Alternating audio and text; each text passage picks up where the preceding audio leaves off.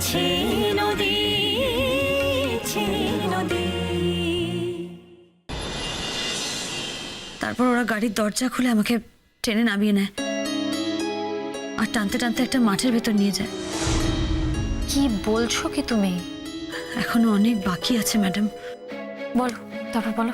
ওরা আসলে আমাকে মেরে ফেলতে চেয়েছিল। কেউ একজন রিভলভারের বাঁট দিয়ে আমার মাথায় মারে আর তখনই আমি পড়ে যাই। আমার মনে হয়েছিল ম্যাডাম যে আমাকে যে করে হোক বেঁচে থাকতে হবে, আর তাই জন্য আমি একটা উপায় বের করেছিলাম। আমি নিঃশ্বাস বন্ধ করে মরার মতন পড়েছিলাম। ওই অবস্থায় আমাকে পড়ে থাকতে দেখে ওরাও ওখান থেকে চলে যায়। ওরা আসলে খুব টেনশনে ছিল, ওরা ভেবেছিল আমি বোধহয় মারা গেছি। ভয়ঙ্কর কাণ্ড। কি করে তারপরে মানে তুমি ওখান থেকে সেভড হলে কি করে?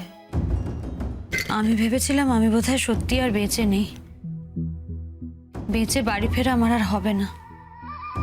আসলে বেঁচে থাকলেও আমার মধ্যে আর কোনো বোধ কাজ করছিল না তখন। আমার সারা শরীরটা অসাড় হয়ে গেছিল। বাড়িতে ফোন করে যে একটা খবর দেব সেই অবস্থাও ছিল না আমার।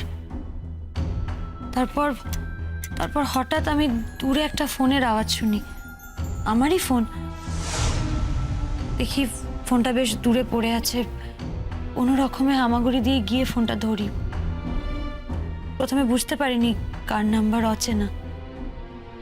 তারপর ফোনটা ধরে বুঝলাম ওই নাম্বারটা থেকে ফোন করেছে কে? অনুরাগ। তাই নাকি? হ্যাঁ, ও ও একটা ভয়ঙ্কর স্বপ্ন দেখে হঠাৎ জেগে ওঠে। ও স্বপ্ন দেখেছিল আমাকে কেউ মেরে ফেলছে। তারপর তারপর সেই স্বপ্ন দেখে ও আমাকে ফোন করে। ফোন করার পর ও যখন জানতে পারে যে আমার সাথে এই সমস্ত ঘটনা ঘটেছে, তখন ওর সেলের যে পাহারাদার, সেই পাহারাদারের সাহায্য নিয়ে তাকে সঙ্গে করে ও আমাকে সেভ করতে আসে। তারপর তারপর ওই রাতেই আমাকে বাড়ি ফিরিয়ে দিয়ে অনুরাগ আবার জেলে ফিরে গেছে।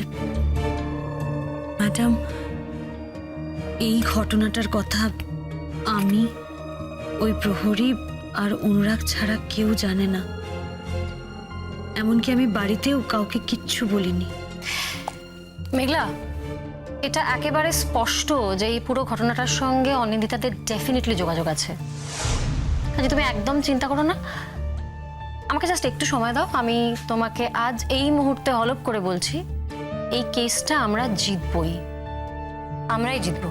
ম্যাডাম, আমার মনে হচ্ছে এই ঘটনার সাথে টুয়াদের কোনো রকম যোগাযোগ থাকলেও থাকতে পারে। আরেকটা কথা আমি বলতে বাধ্য হচ্ছি।